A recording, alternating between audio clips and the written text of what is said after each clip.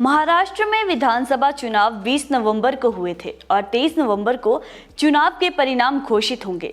लेकिन इससे पहले महाराष्ट्र का सियासी पारा गर्म हो गया। बीजेपी ने कांग्रेस के महाराष्ट्र अध्यक्ष नाना पटोले और एनसीपी की सुप्रिया सुले पर चुनाव प्रचार के लिए अवैध बिटकॉइन गतिविधियों में शामिल होने के आरोप लगा दिए। इसके बाद बिटकॉइन और क्रिप्टो करेंसी फिर से चर्चा में आ गई।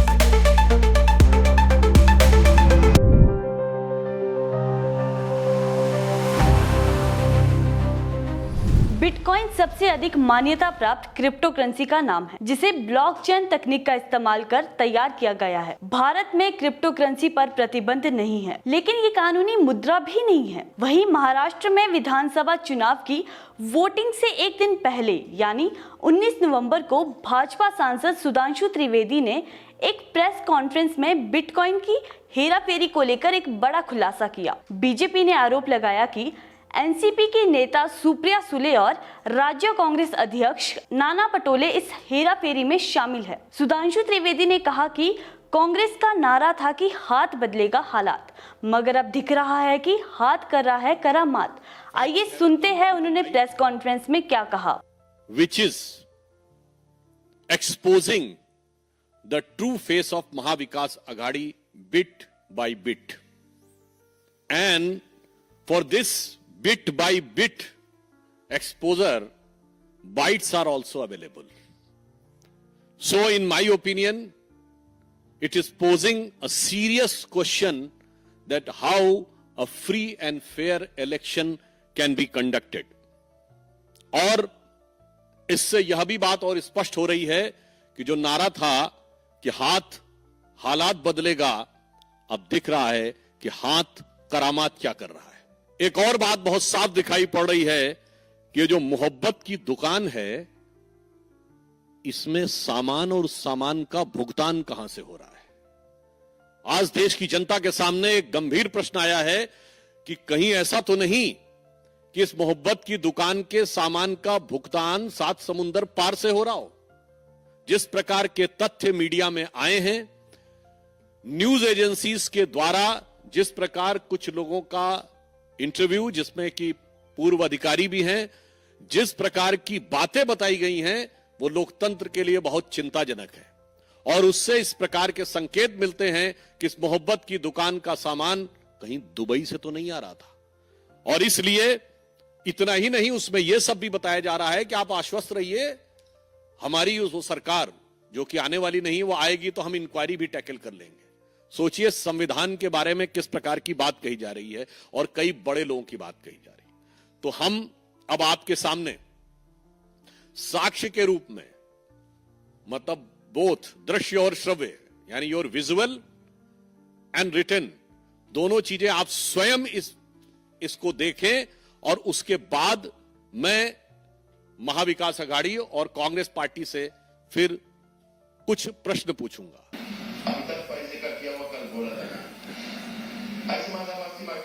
ये उस एजेंसी में प्राप्त न्यूज के अनुसार नाना पटोले जी की आवाज का दबा है। Gaurav, why are you not responding to us? We need to have cash boss. Boss Gaurav, what's happening? None of you people are responding. Don't play games with me at all. Gupta is vanished, but what happens to money then? He says all bitcoins and cash is with you. Call me or Aditi urgently. We need to have cash. Elections are going on.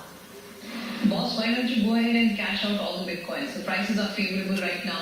And with the elections approaching, we're going to need substantial funds. Don't worry about the inquiries. Once we're in power, we'll handle them. Just get it done.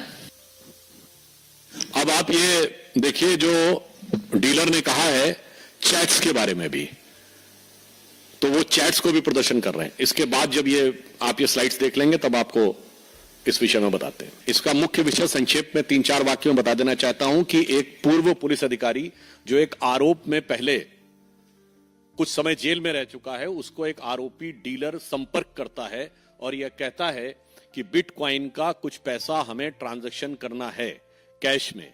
वो ये कहता है कि मैं पहले ही लफड़े में फंस चुका हूं, मैं ऐसी किसी चीज में नहीं पड़ना चाहता।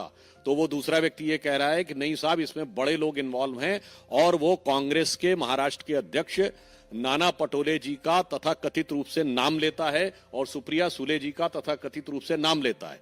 फिर जब वो अधिकारी पुनः अविश्वास व्यक्त करता है तो वो कहता है कि मैं आपको ऑडियो क्लिप भेज रहा हूं, आप इसको सुनिए, आपको स्वतः समझ में आ जाएगा।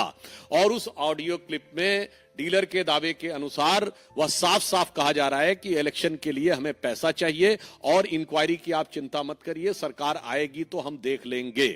और इसके बाद यह भी कहा जा रहा है कि हमें कैश चाहिए, हर हाल में चाहिए। और इसमें एक और बात है, इसके बाद वो व्यक्ति ये भय भी उत्पन्न कर रहा है कि मैंने अगर सारा वैलेट खर्च कर दिया तो कहीं मेरी जान के ऊपर खतरा ना हो जाए। वहीं इस पर सुप्रिया सुले ने अपने ऊपर लगे सभी आरोपों को खारिज करते हुए कहा कि ये सारे आरोप झूठे हैं और वे इन मामलों को लेकर बीजेपी सुधांशु शर्मा को कोर्ट में लेकर जाएगी। I don't know. I have never dealt with bitcoins.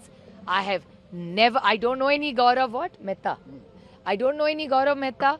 All the 5 questions that Mr. Trivedi has asked me, I am more than happy to address them. A place of his choice, a time of his choice and a platform of his choice. जहां एक तरफ BJP आरोप लगा रही है, वहीं पूर्व IPS अधिकारी रविंद्रनाथ पाटिल ने भी आरोप लगाते हुए कहा कि एनसीपी नेता सुप्रिया सुले और महाराष्ट्र कांग्रेस अध्यक्ष नाना पटोले ने 2018 के क्रिप्टो करेंसी फ्रॉड मामले से बिटकॉइन का दुरुपयोग कर विधानसभा चुनाव के लिए फंडिंग की थी। पाटिल ने कहा कि 2018 के क्रिप्टो करेंसी विशेषज्ञ के रूप में एक मामले की जांच के दौरान उन्हें 2022 में धोखाधड़ी के आरोप में फंसाकर 14 महीने जेल में रखा गया था। नमस्ते, मेरा नाम है रविंद्रनाथ पाटिल। मैं एक्स आईपीएस हूँ 2004 बैच का। 2018 के बिटकॉइन क्रिप्टो करेंसी स्कैम में फॉरेंसिक ऑडिट के लिए मेरी कंपनी केपीएमजी को अपॉइंट किया था और उसको मैंने लीड किया था। तो 2018 के बाद 2022 में 4 साल के बाद मुझे उसी केस में एक्यूज करके अरेस्ट किया गया था और एज एन अंडर ट्रायल मैंने 14 महीने जेल में बिताए गए थे। और मैं उसके बाद भी काफ़ी सारा इन्वेस्टिगेशन करता रहा कि इस केस में एग्जैक्टली हुआ क्या है और एग्जैक्टली फ्रॉड क्या है और हमें क्यों अरेस्ट किया गया था। इसके तो परसों मुझे मेरे सिग्नल नाम के सोशल मीडिया ऐप पे एक मैसेज आया था। वो व्यक्ति मेरे साथ कई घंटों तक कम्युनिकेशन करने की कोशिश कर रहा था और उसके बाद मैंने उसको रिस्पॉन्ड किया। उसने मेरे साथ चैटिंग शुरू की और उसने बताया कि उसका नाम गौरव मेहता है। अब एक गौरव मेहता नाम का एक आदमी मेरे केस में फॉरेंसिक ऑडिटर करके अपॉइंट हुआ था मेरे खिलाफ एज अ विटनेस और मैं उसको अच्छी तरह से जानता था। तो मैं बहुत कॉशियस था उसके साथ चैटिंग करते समय, लेकिन उसने अपनी कुछ समस्याएं बताना शुरू किया और उसने बताया कि क्रिप्टो करेंसी 2018 में जो इन्वेस्टिगेशन पहला हुआ था उसमें एक वॉलेट था बिटकॉइन का जो वो अक्यूज्ड अमित भारद्वाज के पास था और वो वॉलेट 2018 में गायब हुआ और वो वॉलेट बाद में अमिताभ गुप्ता जो सीनियर आईपीएस अफसर है और पुणे के कमिश्नर रहे थे, उन्होंने वो वॉलेट रिप्लेस करवाया। मतलब वो ओरिजिनल वॉलेट गायब हुआ और दूसरा वॉलेट वहां रखा गया और उसमें काफी सारे क्रिप्टो करेंसीज थे जो बार बार बेचे गए। उसमें और एक आईपीएस अफसर थी लेडी जिसका नाम था भाग्यश्री नौटाके, वो भी शामिल है ऐसा उन्होंने बताया। बट मुझे शॉक तब लगा और ताज्जुब तब हुआ जब उन्होंने बताया कि ये क्रिप्टो करेंसी इलेक्शन के टाइम पे बेची जा रही है। पहले लोकसभा इलेक्शन के टाइम पे बेची गई थी, अब विधानसभा इलेक्शन के टाइम पे बेची जा रही है और वो क्रिप्टो करेंसी बेचने के बाद जो पैसा कैश में जनरेट हो रहा है वो 2 राजनेता जिनके नाम है सुप्रिया सुले और नाना पटोले, ये 2 व्यक्तियों के या उनके पार्टी के हितों के लिए उसका विनियोग हो रहा है।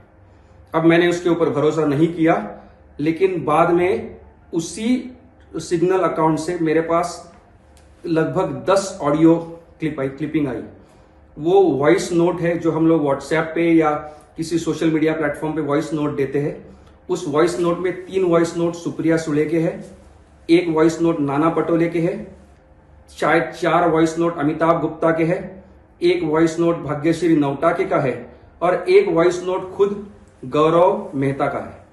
इस वॉइस नोट में सुप्रिया सुले क्लियरली बोल रही है कि आप सारे बिटकॉइन बेच क्यों नहीं देते, इलेक्शन आ रही है और हमें पैसे की जरूरत है। एक जगह वो ये भी बोलती है कि आप इंक्वायरी की कोई चिंता मत कीजिएगा, हम सरकार में आएंगे तब हम सारी इंक्वायरी संभाल लेंगे। एक जगह ये भी बोलती है गौरव कि हमें पता है कि तुम्हारे पास सारे बिटकॉइन है, तुम्हारे पास सारी कैश है और ये मुझे अमिताभ ने बताया है, तुम मेरे साथ गेम मत खेलो। इसका मतलब है उस कमिश्नर को खुद को पता है कि बिटकॉइन कहाँ थे। हाँ, एक राजनेता को पता है उसका विनियोग कैसा हो रहा है और दो लोगों को आप अंदर करवाते हो उसी जुल्म में। फिर नाना पटोले उस वॉइस नोट में बोलते हैं कि अमिताभ मेरे साथ गेम मत करो, मुझे जल्दी से जल्दी पैसा पाई चाहिए। अब तो इसका मतलब है कि पैसे के डिस्कशन बहुत ओपनली हो रहे हैं। भाग्यश्री नौटाके जो मेरे केस में डीसीपी, ईओडब्ल्यू एंड साइबर रही थी, जिसके पास इस पूरे इन्वेस्टिगेशन का चार्ज था, वो गौरव को वॉइस नोट में बोल रही है मैं मुंबई आ रही हूं, मुझे कैश चाहिए, help with this bitcoin case boss. इसका मतलब है ये मिली भगत से सब कुछ काम हो रहा था। और गौरव ये भी उसका खुद का ऑडियो कॉल है, उसमें बोलता है कि हमने 4 क्रिप्टो करेंसी अकाउंट्स, पाटिल और घोड़े, मतलब जो पंकज घोड़े जो मेरे केस में दूसरे सह आरोपी थे, उनके और उनके परिवार के नाम पे हमने 4 वॉलेट्स बनाए हैं उनके ईमेल आईडी इस्तेमाल करके।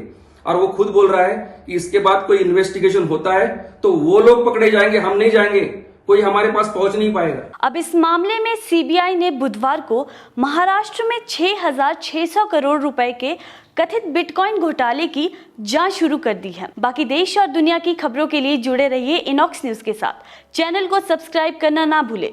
नमस्कार।